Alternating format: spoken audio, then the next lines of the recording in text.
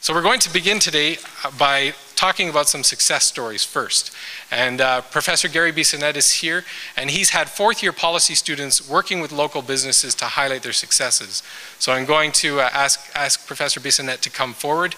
Not only is he a faculty member here, but he's also well known in the community. He's served for many years, over 10 years, as the CEO of the local YMCA, helped them develop 2 new facilities and build a unique partnership with St. Lawrence College. So he's not just an academic, he's someone who's connected to the community and involved in the community.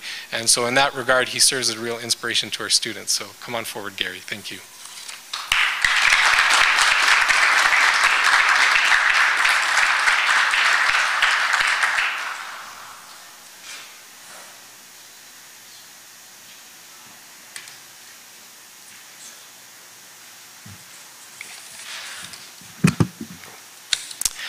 As Jeff has indicated, I'm more on the application side, I guess you would say, in terms of my background and my work here at Queen's University and with the YMCA in Kingston. And I was sitting in the back, so I appreciate the fact that it's literally a blank screen in terms of those of you who are at the back. So my purpose, very briefly here, is to explain a little bit about the Success Story Initiative, which we call Inspiring the Entrepreneurial Spirit, but also to actually give you a sales pitch in terms of what we would like to do in the fall with regards to the COM 401 business policy course. So initially, I'd like to address my comments in the fact that I honestly believe that rural-based business opportunities today are greater than they've ever been before. And that's largely because of what we're seeing in the marketplace in terms of a shift with regards to consumer trends, with respect to technology and the technological platforms that are available to small business people, whether it be eBay, Amazon.com. We've got environmental opportunities in terms of renewable energy, and certainly here in Eastern Ontario we have significant tourism opportunities. So no more do we have to rely on a bricks and mortar operation and technically think about just dealing with the small core of population that perhaps we have in our immediate vicinity or proximity. In essence, we literally have the opportunity to service the world via today's technology. So with regards to the whole idea, or the whole focus behind generating these business success stories, really what we're trying to do is we're trying to identify key metrics that we can then publish and make available to individuals who are considering starting a new business. And really that outcome then hopefully will allow them to increase their overall probability of success for new business startups and new ventures. But also equally as important, I think what we can provide is a reflection for existing businesses who are seeking to grow or seeking to expand beyond their traditional business model, with a commonality which allows them to go back and in essence evaluate themselves with regards to these success metrics, whether they be in the area of capitalization, in terms of their management skills, things of that nature. So in essence, that's the idea behind the project. And in the fall of 2008, we decided to sort of test or get our feet wet with respect to working with some rural-based businesses. And we picked up about a half dozen businesses, and we sent out a team of students working with them. And in essence, you'll have 2 presentations this morning with regards to the results of 2 of those 6 initiatives. We have the Wolf Springs Golf and Waterfront Resort, which is located in Westport, Ontario. And we also have the Fifth Town Artesian Cheese Company. Those are 2 success stories that we'd like to present to you today. In terms of the, I guess you would say, the sales pitch now, COM 401, as Jeff identified, is a business policy course for 4th-year commerce majors. And these are extremely bright, high achievers, and very motivated students who, in essence, if nothing else, are light years beyond many of us with regards to their ability to understand what's happening in the marketplace, particularly on the technology stage, the technology side, excuse me. And so what we would like to do in the fall is to ramp this thing up significantly now and try and take on 25 companies, and looking for 25 rural-based companies that we can work with and that in essence we can develop these success metrics around.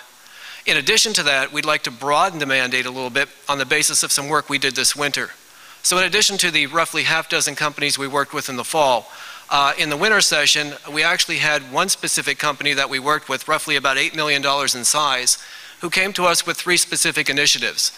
They had a HR strategic initiative they wanted to look at, as they had an aging population in their workforce.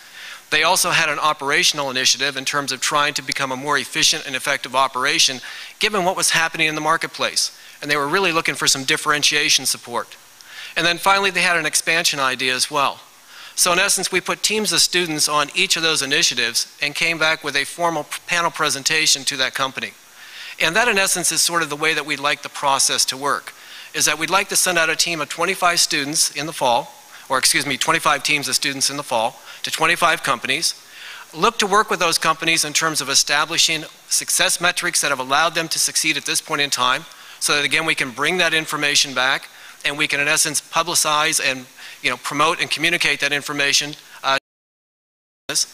And then we'd also like to allow them to drill into that organization a little bit with respect to assisting that organization to make it a true win-win if that organization has an initiative that they'd like to take on.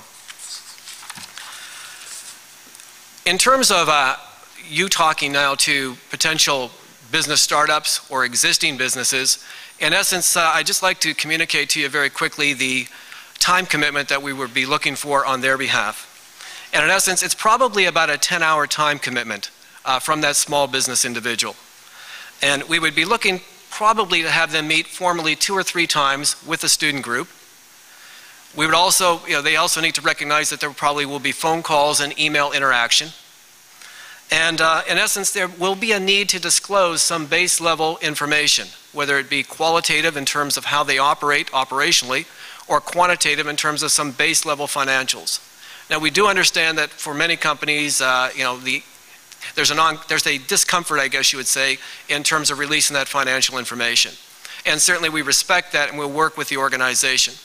But in essence, again, what we're trying to do is we're really trying to drill in to the rural business mindset and establish, again, a common line or a common theme of success metrics, which will enable other organizations to look at these metrics, leverage them, and truly enable them to grow their companies. Finally, what we would like to make sure that we communicate to the, I guess you would say to those business owners, would be that we'd like to have them come to Queen's University at the completion of the assignment, which would be in essence end of November, 1st of December, and be part of a panel presentation, which in essence then allows the students to go back to those individuals now and formally present their findings and the outcomes and the work that they've done in terms of creating that win-win situation for their learning as well as for providing some value-added capacity to those organizations. So in essence, that is really what we talk about or what we're trying to do with regards to the success stories and in terms of establishing or building this entrepreneurial spirit within the rural marketplace. So Jeff, thank you.